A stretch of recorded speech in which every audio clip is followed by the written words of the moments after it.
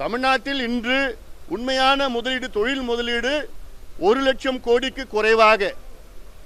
இன்னும் சொல்ல போனால் தமிழ்நாட்டு அமைச்சரவையில் 5 ஆண்டு காலத்திலே 1,66,000 கோடிக்கு தான் அனுமதியை கொடுத்துருக்குறாங்க. அமைச்சரவையில், கேபினெட்டில் மொத்தமாக தமிழ்நாட்டில் புரிந்துணர்வு ஒப்பந்தம், மெமராண்டம் ஆஃப் அண்டர்ஸ்டாண்டிங்கில் அதில் 9 விழுக்காடு தான் தமிழ்நாட்டில் முதலீடு நடந்திருக்கிறது. ஆனால் இதெல்லாம் பொய்யை சொல்லி அன்றாட மக்களை ஏமாற்றுகின்ற ஒரு மோசமான ஒரு திமுக ஆட்சியை அகற்ற வேண்டும் என்று மக்கள் முடிவு செய்து விட்டார்கள். அதுவும் அனைத்து தரப்பு மக்களும். நேற்று பார்த்தா அமலாக்கத்துறை தமிழக காவல்துறைக்கு ஒரு அறிக்கை கொடுத்திருக்கின்றாங்க. அந்த அறிக்கையில் ஒரு துறை, அதாவது ஊரக வளர்ச்சி துறையில், அதாவது அதிகாரிகளுடைய பணிமாற்றம் டிரான்ஸ்ஃபரில் 366 கோடி ரூபாய். அதாவது டிரான்ஸ்ஃபரில் இது இதில் எவ்வளோ மோசமான அன்றாட ஊழல் நடந்து கொண்டிருக்கிறது. இதே துறையில் 888 கோடி ரூபாய் கடந்த மாதம் அமலாக்கத்துறை அங்கே தமிழ்நாடு காவல்துறைக்கு அனுப்பியிருக்காங்க. அறிக்கை 250 பக்கம் அறிக்கை. அதனால் எந்த நடவடிக்கையும் இல்லை. இந்த அரசு மோசமான, இதுவரைக்கும் தமிழ்நாட்டு வரலாற்றில் இப்படி ஒரு மோசடி அரசு, ஊழல் ஆட்சியை நம்ம இதுவரைக்கும் பார்த்தது கிடையாது. அதனால் இந்த ஆட்சியை தூக்கி எறிய மக்கள் தயார் நிலையில் இருக்கின்றார்கள். இப்போ எங்கள் கூட்டணி, மெகா கூட்டணி, இன்னும் பல கட்சிகள் வர இருக்கிறது. எங்கள் கூட்டணி பலம் வந்த கூட்டணி இன்னும் போக போக மிகப்பெரிய அளவில் மக்கள் எங்களுக்கு ஆதரவு கொடுத்து இந்த மோசமான திமுக ஆட்சியை உறுதியாக தூக்கி எறிய மக்கள் தயார் நிலையில் இருக்கின்றார்கள். முடிவு செய்து விட்டார்கள். இன்னும் 2 மாதத்தில்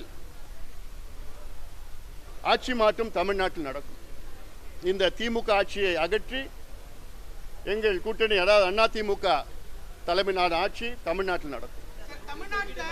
தமிழ்நாட்டில் குறை சொல்ல முடியாதால எதிர்க்கட்சிகள்லாம் பொய்யையும் வதந்தியும் பேசிட்டு இருக்காங்க அப்படின்னு முதலமைச்சர் பேசியிருக்காரு. எதிர்க்கட்சிகள் மக்களுடைய நலத்திட்டங்களை பார்த்து குறை சொல்ல முடியாதால பொய்களை பேசுறாங்க அப்படின்னு. அதாவது என்ன நலத்திட்டம் எங்க செஞ்சிருக்கிறாங்க. அதாவது தமிழ்நாட்டில் 3,89,000 கோடி ரூபாய்க்கு 4 ஆண்டுல கடன் வாங்கியிருக்கிறாங்க. அந்த கடனில் மூலதன செலவு, கேபிட்டல் இன்வெஸ்ட்மெண்ட் பார்த்தீங்கன்னா 1,66,000 கோடி. மீதி இருக்கிற 2,20,000 கோடிக்கு என்ன பண்ணாங்க? என்ன நிர்வாக செலவு? நீங்கள் கடன் வாங்குறது, நீங்கள் கேபிட்டல் இன்வெஸ்ட்மெண்ட் மூலதன செலவு தான் பண்ணணும். இன்ஃப்ராஸ்ட்ரக்சர் பில்டிங்னா கடன் வாங்கணும். நீங்கள் வட்டியை கட்டுறதுக்கு கடன் வாங்குறீங்க, கடனை திருப்பி கட்டுறதுக்கு கடன் வாங்குறீங்க, பொங்கலுக்கு 3,000 ரூபா கொடுக்கறதுக்கு கடன் வாங்குறீங்க, மாதம் 1,000 ரூபா கொடுக்கறதுக்கு கடன் வாங்குறீங்க. இது ஒரு நிர்வாகமா? வெக்கக்கேடு இதெல்லாம். நீங்க வரி வருவாய், ரெவன்யூ ரிசீப்ஸ்ல அதுல நீங்க இதெல்லாம் கொடுத்துட்டு போங்க. கடனை வாங்கி தான் கொடுக்கணுமா இதெல்லாம்? இன்னைக்கு இந்தியாவிலே அதிக கடன் வாங்குற மாநிலம் தமிழ்நாடு. இதுதான் உங்க நிர்வாக திறமையா? உத்தரப்பிரதேசம் இந்தியாவிலே மிகப்பெரிய மாநிலம். தமிழ்நாட்டில் தமிழ்நாட்டு மக்கள் தொகை 8 கோடி, உத்தரப்பிரதேஷ் மக்கள் தொகை 24 கோடி. ஆனால் உத்தரப்பிரதேசோட அதிக கடன் வாங்குற தமிழ்நாடு, உத்தரப்பிரதேசோட அதிக வட்டி கட்டுற தமிழ்நாடு.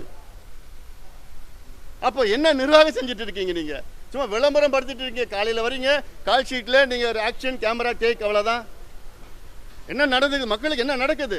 ஏன் மக்கள் போராடிட்டு இருக்கிறாங்க? ஏன் அனைத்து தரப்பு மக்களும் வீதியில் இருக்கிறாங்க? ஏன்னா நீங்க சொன்ன வாக்குறுதி ஒன்று கூட நிறைவேற்றலையே.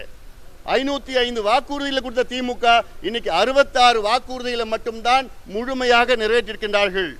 66. இதுல பார்த்தா 13 விழுக்காடு, 13%. அவ்வளவுதான். ஆனா சொல்றது நாங்க 100 விழுக்காடு, 90 விழுக்காடு, இப்படின்னா நம்ம கதை விட்டுட்டு இருக்கீங்க.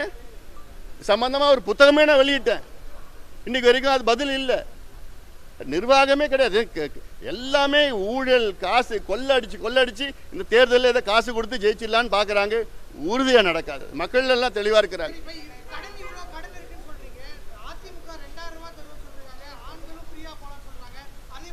இல்லை, அது சரியான முறையில் நிர்வாகம் செய்து வரி வருவாயில் பண்ணலாம். ரெவன்யூ ரிசீப்ட்ஸ் இருக்கு தமிழ்நாட்டினுடைய அரசினுடைய வரி வருவாயில், அது செய்யலாம். நீங்கள் கடனை வாங்கி இதெல்லாம் பண்ணணும்னு அவசியம் அது நிர்வாகமே இல்லையே. அதான் நான் கேட்குறேன். ஒரு கடன் வாங்குறது, இப்போ ஒரு உதாரணம், ஒரு வீடு கட்டுறதுக்கு கடன் வாங்கலாம்.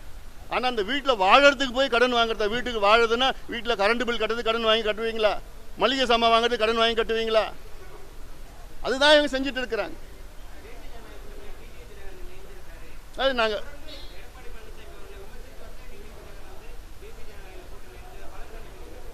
நிச்சயமா எங்கள் கூட்டணிக்கு பலம் தான், அவரை வரவேற்கின்றோம். இது போன்ற இன்னும் சில கட்சிகள் வர இருக்கிறது. வந்ததுன்னா இன்னும் கூடுதலாக பலம் எங்கள் கூட்டணிக்கு வரும்.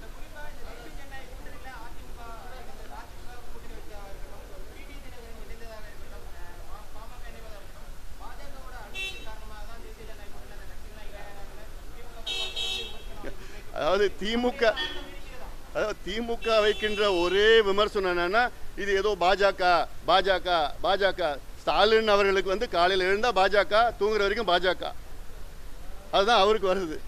ஆனால் இங்கே அதிமுக தலைமையிலான கூட்டணி இங்கே நடக்குது.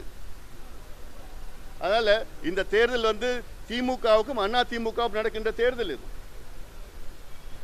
அதுதான். ஆனால் அதை வந்து அது ஒரு பேசும் பொருளாக வரக்கூடாதுன்னு சொல்லிட்டு உடனே அதை திசை திருப்புவதற்காக உடனே பாஜக என்பது அவர்கள் மத்தியில் ஆண்டு கொண்டிருக்கின்றார்கள்.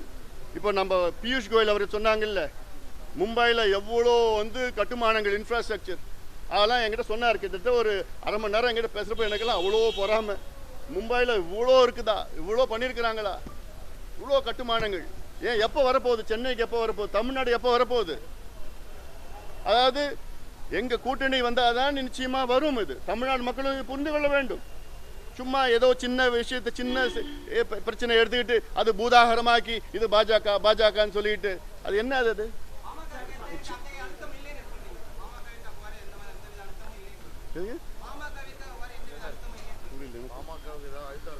என்ன அழுத்தம் இருக்குது? என்ன அழுத்தம் இருக்குது? அப்பா இந்த கதையை கேட்டு கேட்டு அழித்து போது புளிச்சு புதுசாக ஏதாவது சொல்லுங்களேன். நடந்துட்டு இருக்கு.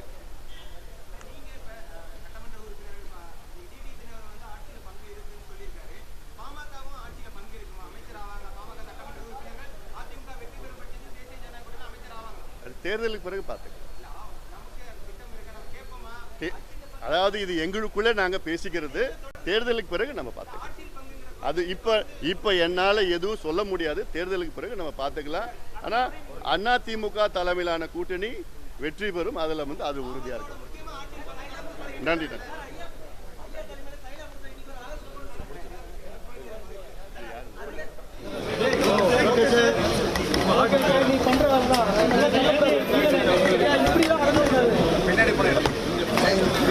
பின்னாடி போயிடுங்க.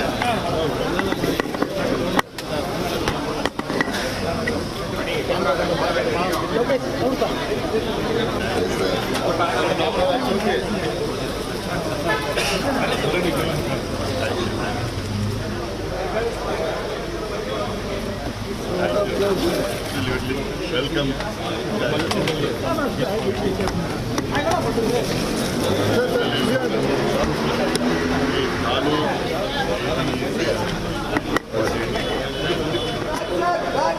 மேடம் ஒயிட் போங்க பின்னாடி போங்க பின்னாடி போங்க நீடா போடா பின்னாடி பேக் போங்கடா பேக் போங்க நான் பேக் போங்க வா பேக் போங்க எல்லாரும் பின்னாடி போங்க எல்லாரும் அவ்வளவுதான் கேமரா ரைட் சார் வணக்கம்